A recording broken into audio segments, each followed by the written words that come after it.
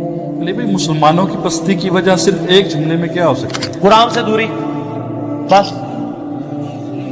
सही मुस्लिम में हदीस है, हजरत उमर कहते हैं कि नबी अलैहिस्सलाम को मैंने खुद मिंबर पे ये बात कहते हुए सुनी थी कि अल्लाह ताला इस किताब की वजह से लोगों को उरूज देगा, कौमों को, और इस किताब की वजह से ज़वाल देगा। किताब को छोड़, सूरह फुरकान में आता है ना कि आयत नंबर 30 में कि क़यामत दिन नबी अलैहिस्सलाम शिकायत करेंगे, वक़ाल रसूल या रब्बी इन्न कौमी इत्तखज़ू हाज़ल कुरआन महजूरा, ऐ अल्लाह मेरी कौम ने कुरान को पुश्त के पीछे डाल दिया। तो कुरान से दूरी असल वजह, इसी को डॉक्टर इकबाल ने शेर में कहा है ना, वो ज़माने में मुअज़्ज़ज़ थे मुसलमान होकर और तुम खार हुए तारिक कुरान हो गए।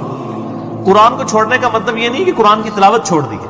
कुरान की तिलावत तो माशाल्लाह ये इतनी कर रहे हैं जितनी साहबा ने भी नहीं की हुई।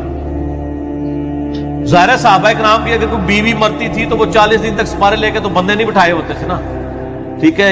इनके जो कुरान की तिलावतें तो साहबा को शर्मिंदा कर दें, जो कुछ इन्होंने कुरान के साथ तिलावतें की हैं। कुरान को छोड़ने का मतलब है उसकी तालीमात को पसे कुछ डाल दिया।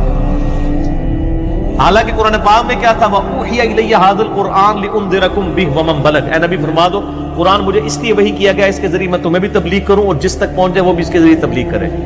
हमने मुर्दे बख्शवाने का जरिया बना लिया इसे।